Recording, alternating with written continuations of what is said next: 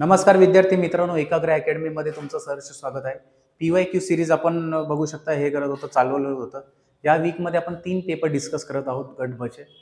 प्रत्येक लेक्चरला सांगेल 2018, 2017 जे एकत्र कंबाईन झाली गट ब साठी आणि ASO 2016चा पेपर. इतिहास, भूगोल, नागरिकशास्त्र हे 3 विषय आपण ह्या वीकमध्ये डिस्कस केलेले आहेत.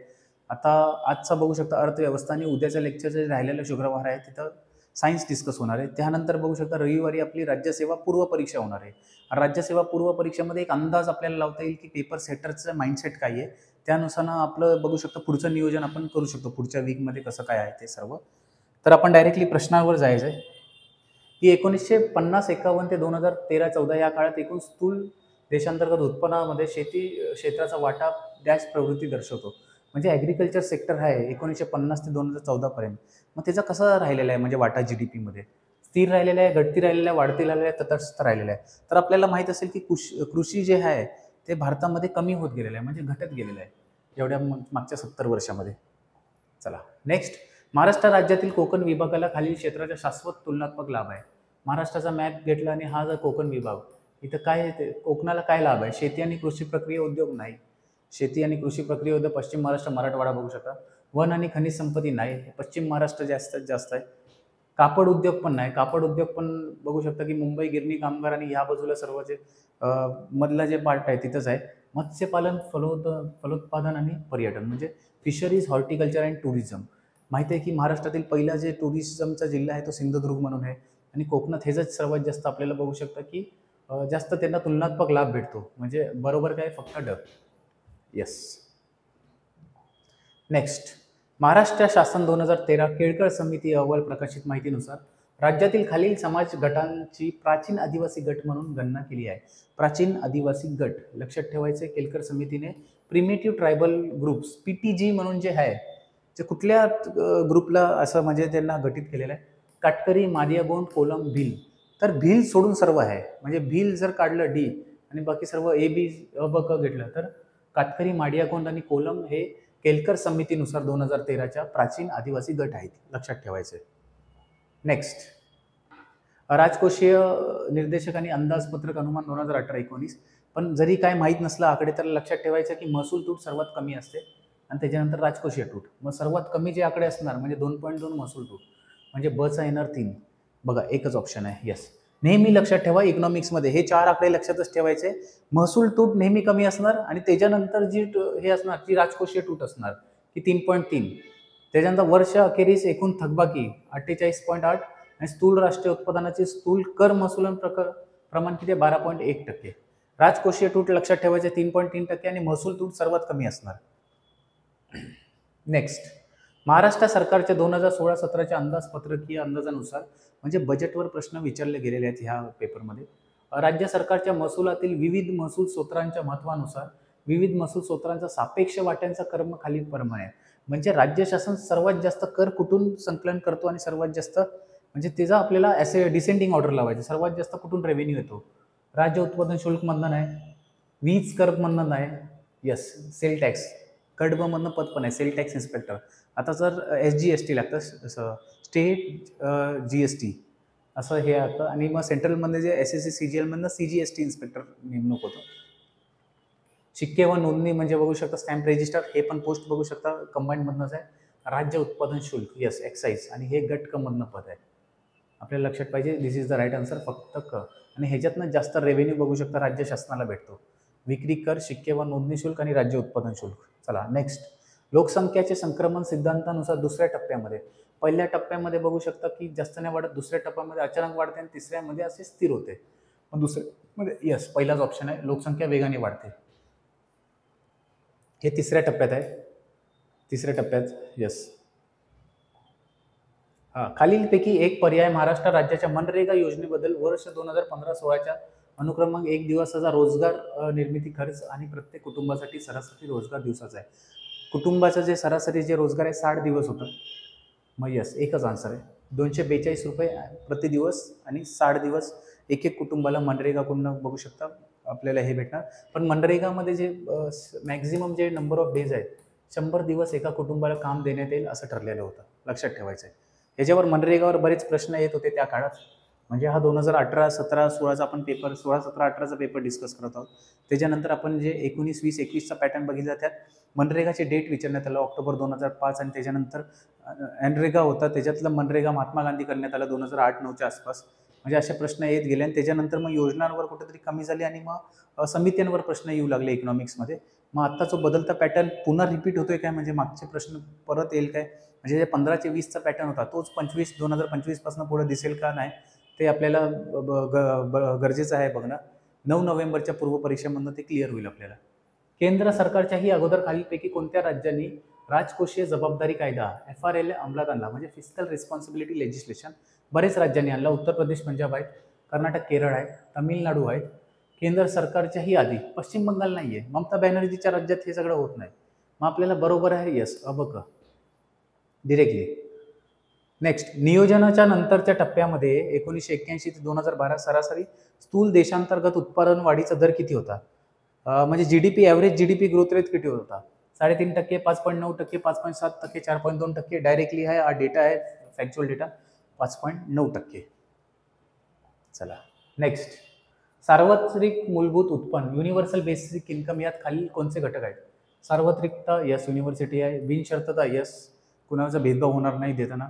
प्रतिनिधित्व लाभार्थीची निवड यस म्हणजे वरीलपैकी सर्व आहे. मॅक्झिमम इकॉनॉमिक्समध्ये असा पॅटर्न दिसून येतो की वरीलपैकी सर्वच 10 पैकी 7 आन्सर राईट असतात. 2004-5 मधील सार्वजनिक उपक्रमाच्या कामगिरीवरून नवीन आर्थिक पर्यावरणामध्ये सार्वजनिक उपक्रम तेव्हाच चांगली कामगिरी करू शकतात जेव्हा पुरेसे स्वायत्त दिल्यानंतर यस. नोकरशाहीवर राजकीय नियंत्रणा घट हे पण बरोबर आहे. सार्वजनिक उपक्रमामध्ये खाजगी संस्कृती सुरू करणे यस ते पण बरोबर आहे कारण बॅलन्स राहिला पाहिजे. आणि वरील सर्व उपाययोजना ह्याचा राईट आन्सर आहे. 2004-5च्या ह्याच्यामध्ये बघू शकता तेव्हा जो बेस इयर होता 11-12 घेतलेला आणि आता रिसेंट करंट अफेअर्समध्ये जो आपण इकॉनॉमिक्स कॅल्क्युलेट करायचं जे बेस इयर आहे 2022-23 घेतलेला आहे. लक्षात ठेवायचं 2022-23 बेस इयर हा राज्यसेवेमध्ये येणाऱ्या पर्वाची परीक्षा आहे त्याच्यात पण विचारला जाऊ शकतो नाही तर कंबाईनमध्ये विचारला जाऊ शकतो. बेस इयर आता 2022-23 घेतलेला आपण GDP कॅल्क्युलेट करायला. शेती क्षेत्रासाठी आर्थिक नियोजनाची खालीलपैकी कोणती उद्दिष्ट आहेत?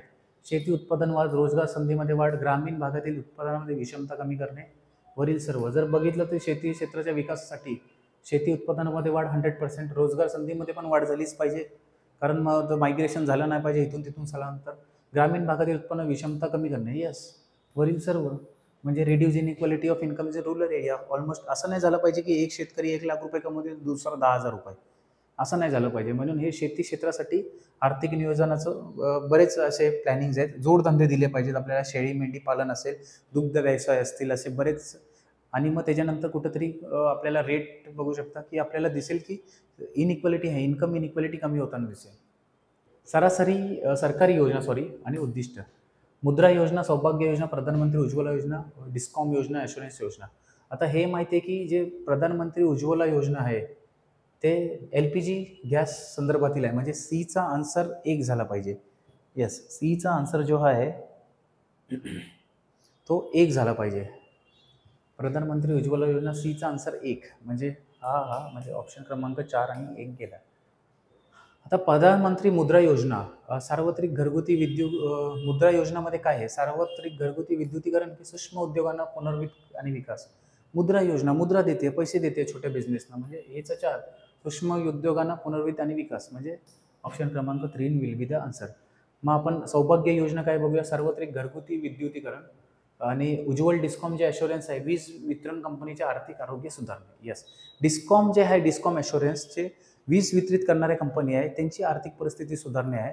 आणि सौभाग्य योजना आहे त्याच्यानंतर सार्वत्रिक म्हणजे घरातली विद्युतीकरण योजना आहे.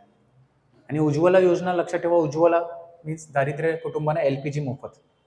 नेक्स्ट, ज्यांचा नागवणूक दर म्हणजे डिप्रायव्हेशन स्कोअर -% किंवा त्यापेक्षा जास्त आहे असे कुटुंब अनेक अंगाने गरीब आहे. म्हणजे असा किती स्कोर पाहिजे त्याच्यापेक्षा हे म्हणजे डायरेक्टली गरीबाची हे आहे score is %% or greater than house hold multi dimensional poor.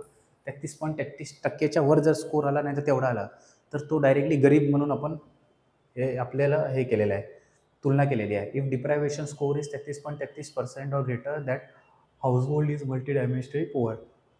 चला, मौद्रिक धोरण म्हणजे असे नियामक धोरण की ज्याद्वारे केंद्रीय बँक डॅशवर आपले नियंत्रण ठेवते.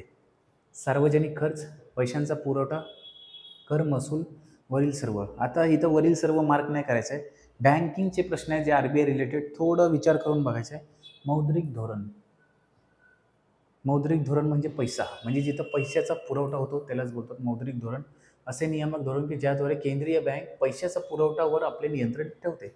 यस, सार्वजनिक कर, कर महसूल हे सगळं नाही येणार, म्हणून प्रश्न व्यवस्थित वाचायचे. 2018चा बघू शकता की आपण डिस्कस केलेला आहे. आता 2017चा डिस्कस करणार आहोत. जगातील एकूण क्षेत्रापैकी भारताला केवळ 2.4% भूभाग लाभला आहे. उलट पक्षी भारताची लोकसंख्या मात्र एकूण जगाच्या लोकसंख्येची जवळपास 16.85% एवढी आहे, म्हणजे 17.7%नी वाढ झाली, म्हणजे 16%. मृत्यूदरात वेगाने झालेल्या घसरणीतून लोकसंख्येत वेगाने वाढ घडून आली आहे, तर जन्मदरात मात्र लक्षणीय घट झालेली आहे. खालीलपैकी कोणता एक आर्थिक आणि एक सामाजिक घटक सातत्याने उच्च राहिला आहे ज्याचे जन्मदरास जबाबदार आहेत? यस, असा कुठला एक आर्थिक आहे? पहिले आर्थिक बघूया काय. धीम्या गतीने होणारा शहरीकरण, शिक्षणाचा अभाव, साथीच्या रोगावर नियंत्रण, हिवतापाचा प्रादुर्भाव झालेले घट. आता आर्थिक काय, धीम्या गतीने होणारं शहरीकरण हे आर्थिक घटक आहे, लक्षात ठेवायचं. म्हणजे जिथं ऑप्शन ए मध्ये पहिला असेल तेच उत्तर असणार, म्हणजे हा गेला आणि हा गेला. आता दुसरा एक आर्थिक आणि एक सामाजिक. आता सामाजिक घटक काय, शिक्षणाचा अभावमध्ये जन्मदरास काय हे नाही आहे काय, शिक्षणाचा अभावमुळेच. जर व्यक्ती शिक्षित असेल तर त्याला माहीत असेल की आपली फायनान्शियल कंडिशन कशी आहे आणि हे सगळं आहे, आणि मग तो कुठेतरी नियंत्रण ठेवू शकतो पॉप्युलेशनवर. साथीच्या रोगावरील नियंत्रण हे सगळं काय बघू शकता, हे जन्मदरास आणि हिवताप हे जे साथीचे रोग आहेत ते सगळं बघू शकता की त्या जन्मदरास आपल्याला हे कारणीभूत नाही ठरले. तर एक आर्थिक आणि एक सामाजिक विचारले तर अ अँड ब is the perfectly right answer. चला,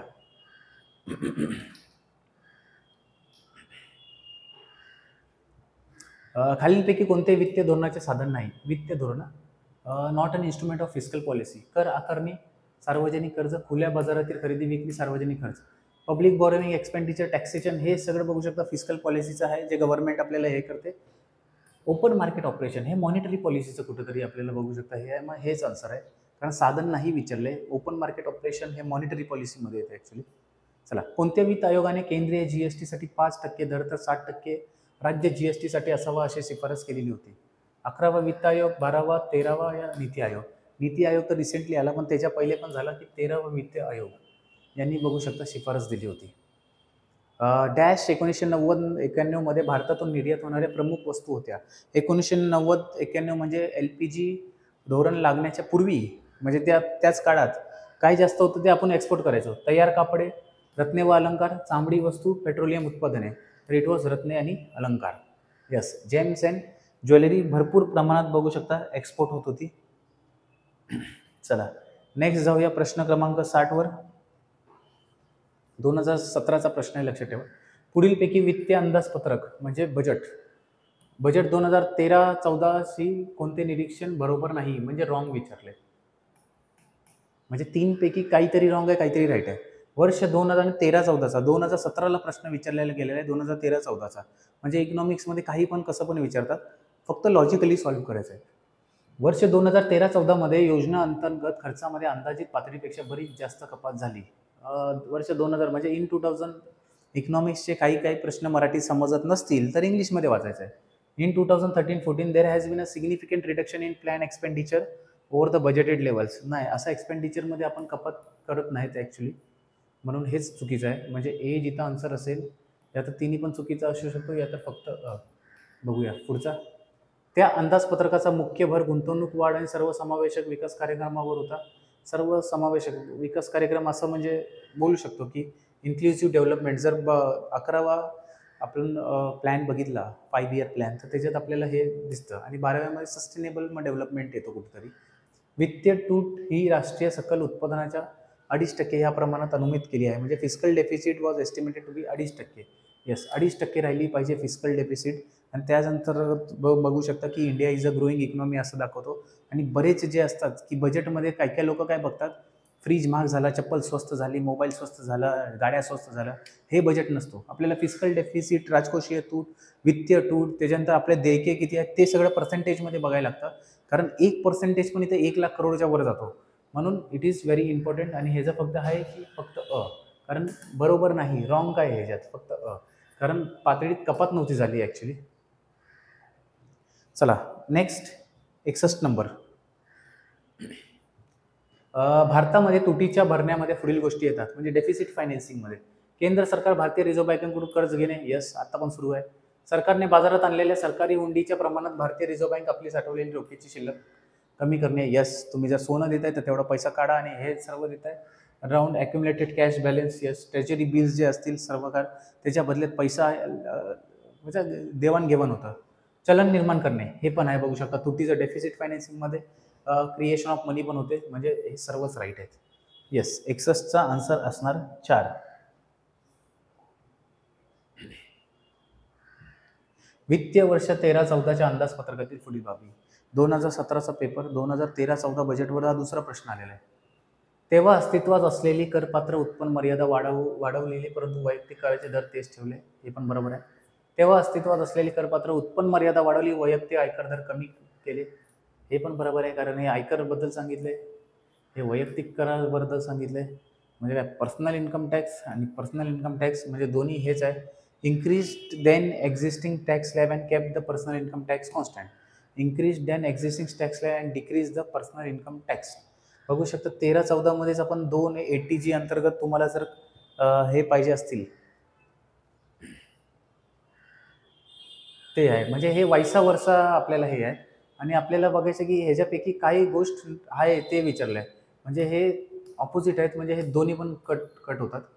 कारण अंदाजपत्रकात पुढील बाबी होत्या, म्हणजे काय होतं ते विचारले, काय नव्हतं ते नाही विचारले, मग हे दोन्ही तर नव्हतेच. तेव्हा अस्तित्वात असलेले करपात्र उत्पन्न मर्यादा बदलली नाही, तसेच वैयक्तिक आयकर दर सुद्धा बदलले नाही.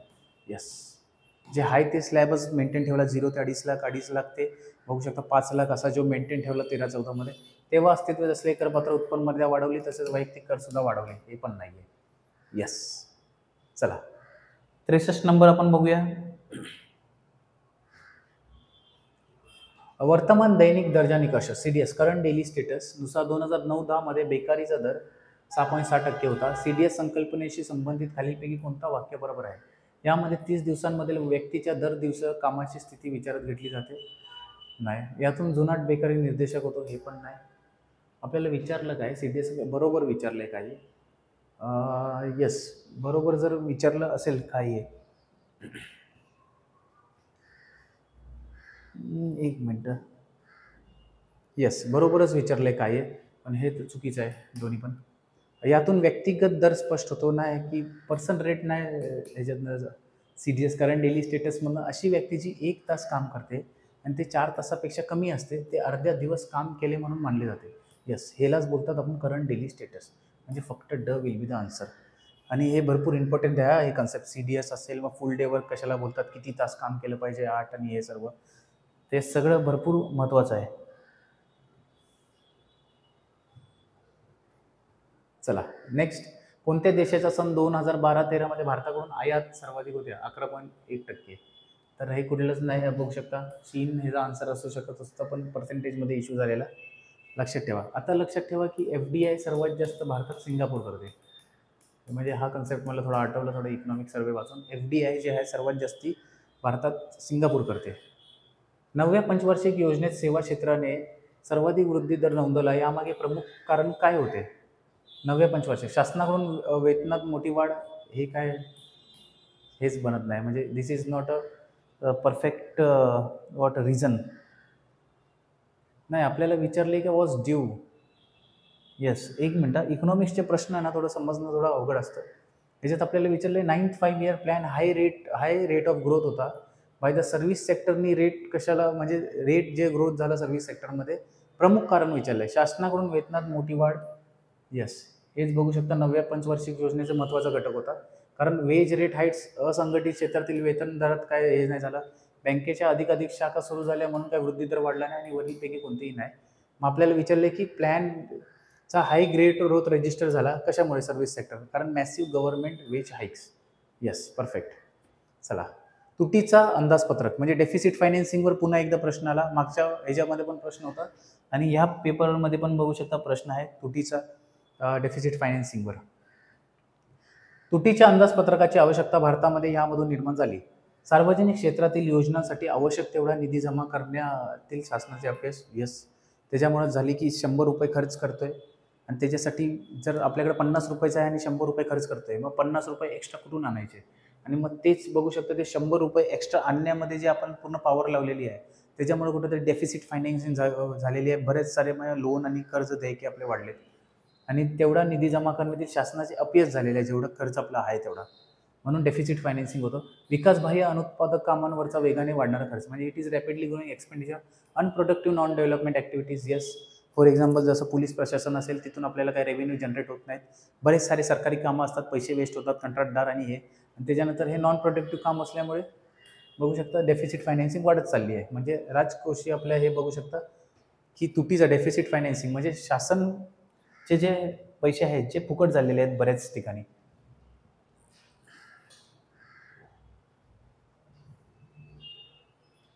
एकोणीसशे 49 ते 2012-13 या संपूर्ण कालावधीत फक्त डॅश या 2 वर्षात भारताचा व्यापार शेष धन पॉझिटिव्ह रूपाचा होता.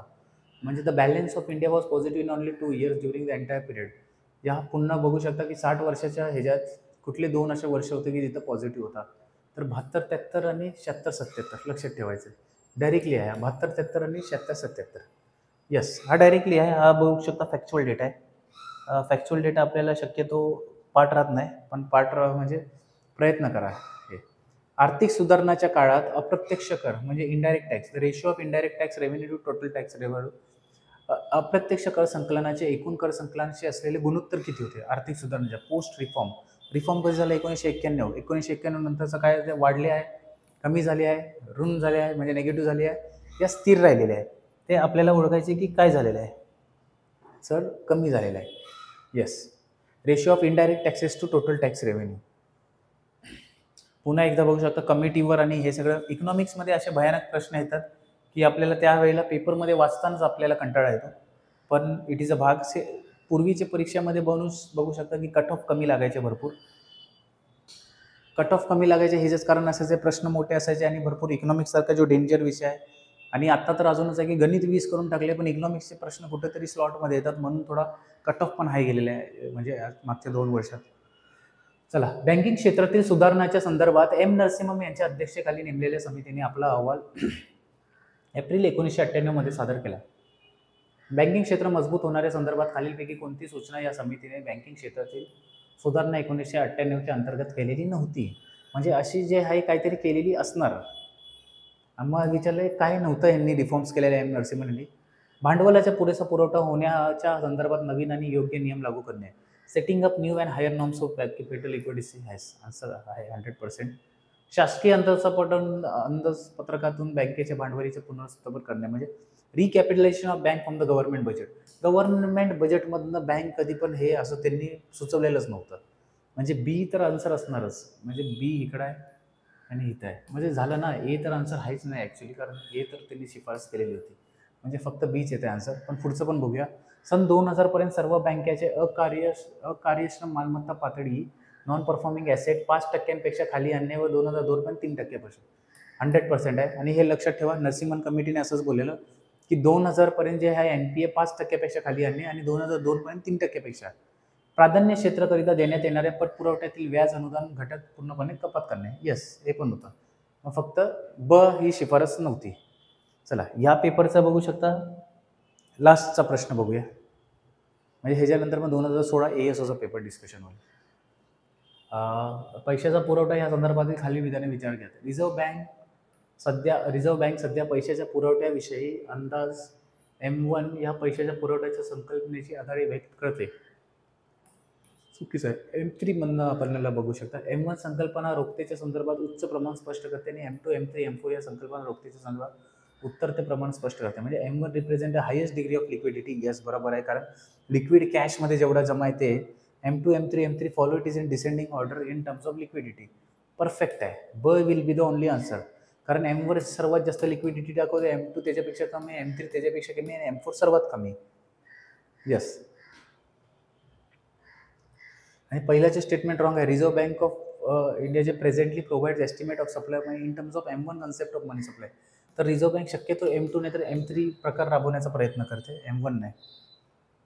चला आता ASO 2016 ASO 2016चा आपण पेपर डिस्कस करणार आहोत. येस, ASO 2016 जागतिकीकरणाच्या म्हणजे ग्लोबलायझेशनवर म्हणजे 89च्या आसपासचा जो प्रश्न आहे तो विचारला गेला. जागतिकीकरणाचे भारतातील पुढील टप्पे कालानुक्रमे लावा.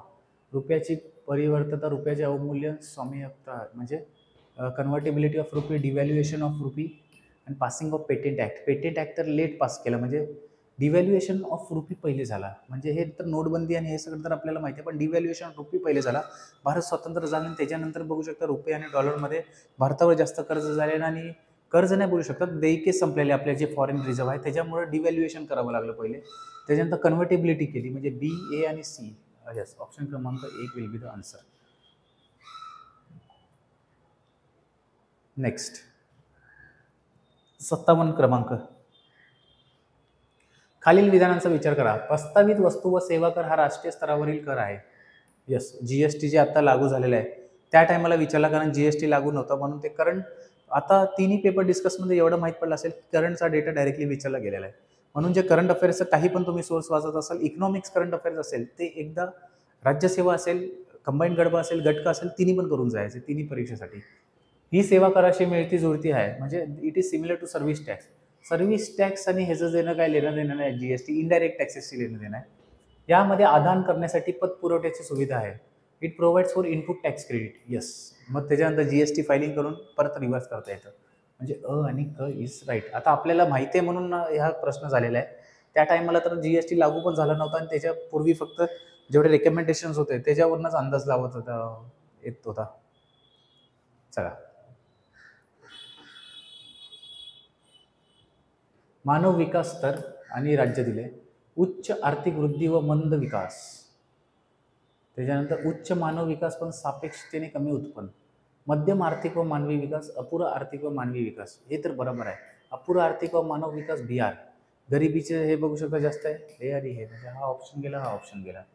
आणि उच्च आर्थिक वृद्धी व मंद विकास. उच्च आर्थिक वृद्धी चांगली आहे पण विकास मंद आहे, म्हणजे राजस्थान इट इज परफेक्ट.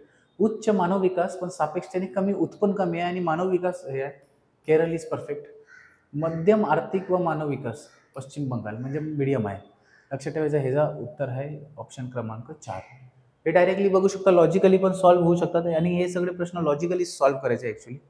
चला नेक्स्टकडे जाऊ. आता काही काही गोष्टी आहेत की हा डायरेक्ट, मी जसं मागच्या पण ह्याला सांगितलं की हा पेपर डायरेक्टली पेपर भेटत नव्हते. एकतरी PYQ ऑनलाईन आपल्याला भेटणं भरपूर हे झालं आणि आयोगाच्या संकेतस्थळावर बरेच सारे आज PYP असल्यामुळे शोधणं कठीण जात आहे. मग असा हा शोधला की जिथं आन्सर मार्कच केलेला होता. चला, 1965 मध्ये आशियातील पहिले निर्यात प्रक्रिया क्षेत्र भारतात डॅश या ठिकाणी झाले, म्हणजे export. Asia's first export processing zone कुठे सुरू झाले? कोचीन, कांडला, विशाखापट्टणम वरीलपैकी नाही तर it is Kandla. Yes. Next, repo rate व रिव्हर्स रेपो रेट या संख्या कशाशी संबंधित आहेत? यस, सरकारी वित्तीय धोरण, सार्वजनिक खर्च, आयात निर्यात, रिझर्व्ह बँकचे पतधोरण. यस, रिझर्व्ह बँकचे पतधोरण, repo rate, reverse repo rate, bank rate, सगळं रिझर्व्ह बँकची लेणं देणं आहे. भारतातील पहिले विशेष आर्थिक क्षेत्र डॅश येथे सुरू झाले, special economic zone. First special economic zone. लक्षात ठेवायचं, ह्याच पेपरमध्ये Asia's first export processing zone विचारलं. आता फर्स्ट स्पेशल इकॉनॉमिक म्हणजे पहिला सेज कुठं आला?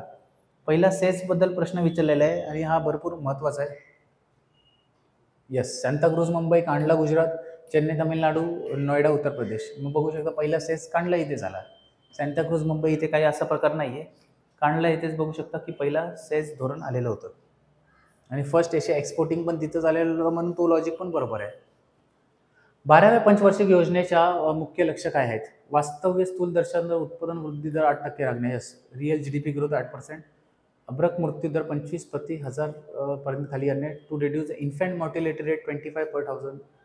पायाभूत सुविधांच्या निर्मितीसाठी गुंतवणूक स्थूल देशांतर्गत उत्पादनाचे 9% पर्यंत वाढ होणे, म्हणजे to increase investment in infrastructure up to 9%. सगळंच राईट आहे. असे जे प्रश्न असतात मी सांगितले इकॉनॉमिक्समध्ये बऱ्याचपैकी आपल्याला राईट भेटून जातात. म्हणून हे जे चिंता आपल्याला तुक्का जर मारायचा असेल इकॉनॉमिक्समध्ये तर डायरेक्टली तुम्ही राईट ऑप्शन मार्क करू शकता. चला, 2013-14 मध्ये स्थूल देशांतर्गत उत्पादन म्हणजे सर्व्हिस सेक्टर इन GDPचा सेवा क्षेत्राचा हिस्सा 2013-14 मध्ये किती होता? 26.2, 45.4, 54.1, 59.9.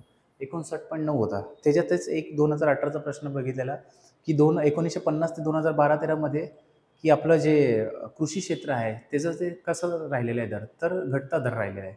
तसंच मग सर्व्हिस सेक्टर आहे जो इन्क्रीजिंग दर राहिलेला आहे, उच्च राहिलेला आहे, वाढता. खालीलपैकी कोणती राष्ट्रीय उत्पादनाचा अंदाज करण्याची पद्धत नाही? नाही विचारल्या. उत्पादन पद्धत आहे, यस. आउटपुट मेथड आहे. इम्पोर्ट एक्सपोर्ट मेथड नाही आहे, म्हणजे हाच आन्सर असेल. एक्सपेंडिचर मेथड आहे आणि उत्पन्न मेथड आहे, उत्पादन मेथड आहे, खर्च पद्धत आहे, यस. आयात निर्यात पर्यात नाही आहे, आयात निर्यात पद्धती, यस. प्रश्न क्रमांक 65.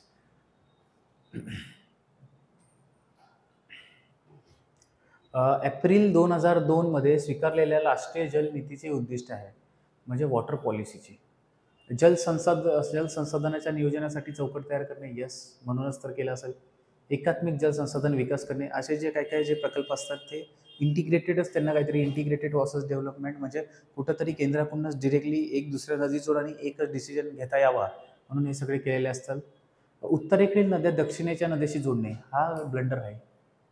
हे असा काहीच नसतो, कारण भारताचा जर शेप बघितला तर काही नद्या पूर्व वाहिनी आहेत आणि पश्चिम घाटच्या या बाजूच्या नद्या पश्चिम वाहिनी आहेत, म्हणून इकडून इकडं कनेक्शन नाही देता येत. ॲक्च्युली वॉटर लिंकेज सिस्टम आहे, पण उत्तर दक्षिण नाही, तिकडल्या परिस्थिती बघून, सिच्युएशन बघून नुसार आहे, भौगोलिक स्थिती बघून. भूजल, जसं केन आणि बेटवा जे मध्य प्रदेश आहे त्याचं नदी जल प्रकल्प सुरू आहे तसं. भूजल व्यवस्थापन, यस असणारच, म्हणजे ब ड. अशा प्रश्नांमध्ये आता मला एक लॉजिक गावतो की आपल्याला फक्त एक असा म्हणजे ब्लंडर ऑप्शन दिलेला असतो, तो एलिमिनेट करायचा आहे. चला नेक्स्ट. हा परत एक समितीवर प्रश्न विचारला गेलेला आहे. 12वी पंचवार्षिक योजना तयार करत असताना हे नियोजन आयोगाचे अध्यक्ष होते. पंचवार्षिक योजना 12वी 2012 ते 2017, यस. त्याच्यानंतर 2012ला नियोजन आयोगाचे अध्यक्ष कोण असतात? पंतप्रधान. आता नीती आयोगाचे अध्यक्ष पंतप्रधान असतात. 2012ला पंतप्रधान कोण होते? Yes, doctor Manmohan Singh. संपला विषय. डॅश हा भारतातील द्वितीय क्रमांकाचा शेती आधारित उद्योग आहे. कापड उद्योग, साखर उद्योग, चहा उद्योग, ताग उद्योग. सेकंड विचारलाय, तर सेकंड इज साखर उद्योग. लक्षात ठेवा, शेती आधारित हे ॲग्रो बेस्ड इंडस्ट्री, साखर. चला प्रश्न क्रमांक 68. थांबा एक मिनिट. 67चं जे उत्तर आहे, यस बरोबर आहे, 67चं साखर कारखानाच आहे. चला 68. सन 2005 ते 15 दरम्यान भारतात प्राप्त झालेल्या थेट विदेशी गुंतवणुकीस उतरत्या क्रमाचा, आत्ताचा जे लेटेस्ट डेटा मी इकॉनॉमिक सर्वे वाचलाय त्याच्यानुसार सिंगापूर पहिलं आहे, पण हे 2005 ते 15चं विचारलंय. पण 2005 ते 15 विचार करा. पहिला मॉरिशस आहे, दुसरा सिंगापूर आहे, ए आणि सी. ए सी इकडे आहे, ए सी इकडे आहे, यस. आणि त्याच्यानंतर मग इंग्लंड आणि मग जपान, यस. डी बी ऑप्शन क्रमांक 3. तेव्हाचा मी सांगतोय, आत्ता सिंगापूर फर्स्ट आहे, लक्षात ठेवायचं. सेक्शन डॅश आणि संसदेच्या दोन्ही संसदनासमोर वार्षिक वित्तीय ॲन्युअल फायनान्शियल स्टेटमेंट डायरेक्ट कलम 112. डिरेक्टली पॉलिटीचा प्रश्न आहे, कलम 112. आता बघू शकता ह्या सेटमधला लास्ट प्रश्न आहे. सन 2013-14 या वर्षाच्या निर्यात आकृतीबंध लक्षात घेता एकूण भारतीय निर्यातीतील पुढील वस्तूगट घटत्या क्रमांकाने, म्हणजे डिसेंडिंग ऑर्डरमध्ये सर्वात जास्त बघू शकता. एक्सपोर्टमध्ये काय सर्वात जास्त एक्सपोर्ट होतं आणि ते कमीचा आपल्याला डायरेक्टली जोड लावायचा आहे, यस. मग सर्वात जास्त आपण मॅन्युफॅक्चरिंग गुड्स जास्त पाठवतो, म्हणजे सी फर्स्ट येणार, म्हणजे हा ऑप्शन गेला, हा ऑप्शन गेला. त्याच्यानंतर जर आपण बघितलं तर पेट्रोलियम प्रोडक्ट्स पण आहे. पेट्रोलियम प्रोडक्ट्स म्हणजे सी नंतर दी इथं पण आहे. आता तिसरा काय येणार? कृषी व संकलन येणार, खनिजे येणार. खनिजे आपण जास्त एक्सपोर्ट नाही करत, भारतालाच आपल्याला जास्त लागतात, म्हणजे खनिजे तर येणार नाही. मग कृषी संकलन व उत्पादन हे येऊ शकतो तिसरं, आणि हेच आन्सर आहे ॲक्च्युली. त्याच्यानंतर इतर आणि लास्टमध्ये खनिजे आहे. खनिजे 5व्या नंबरला आणि 4थ्याला इतर आहेत, कारण खनिजे आपल्यालाच कमी पडतात, आपणच मॅक्झिमम आयात करतो. स्टील बिल जे आहेत आपल्याच इथं इन्फ्रास्ट्रक्चर डेव्हलपमेंट चाललेले आहे, म्हणून आपल्याला ते लागतं, यस. अशा प्रकारे इकॉनॉमिक्सचे आपण प्रश्न बघितलेले आहेत. उद्याच्या सेम टाईमला आपण सायन्सचे बघणार आहोत, आणि तुमची जी राज्यसेवा पूर्व परीक्षा आहे त्याच्यासाठी मी शुभेच्छा देतो. पेपर चांगला करून या. पेपरसाठी आपण बघू, उद्या एक स्पेशल सेशन घेऊन येणार आहोत की परीक्षेला जाता जाता काय करणं गरजेचं आहे, टेम्परामेंट कसं सांभाळायचं आहे, हे आपण उद्या नाही तर परवाच्या सेशनला आपण हे घेणार आहोत. आणि पेपर चांगला करून या. पेपर शक्यतो मॉडरेट ते इझी टू मॉडरेट येईल. कुठलाही लक्षात ठेवा की जेव्हाही फर्स्ट अटेम्प्ट असतो कुठल्याही परीक्षेचा, तर पेपर इझी टू मॉडरेटच काढण्याचा प्रयत्न करतात. हे नेहमी लक्षात ठेवा. इव्हन प्रिलिम्सच नाही तर मेन्सचा पेपर पण इझी सोपाच येणार आहे, म्हणजे डिस्क्रिप्टिव्ह मेन्सचा. म्हणून तुम्ही सर्व त्या तयारीत राहा. आजचा लेक्चर आपण इथेच थांबूया. जय हिंद, जय महाराष्ट्र.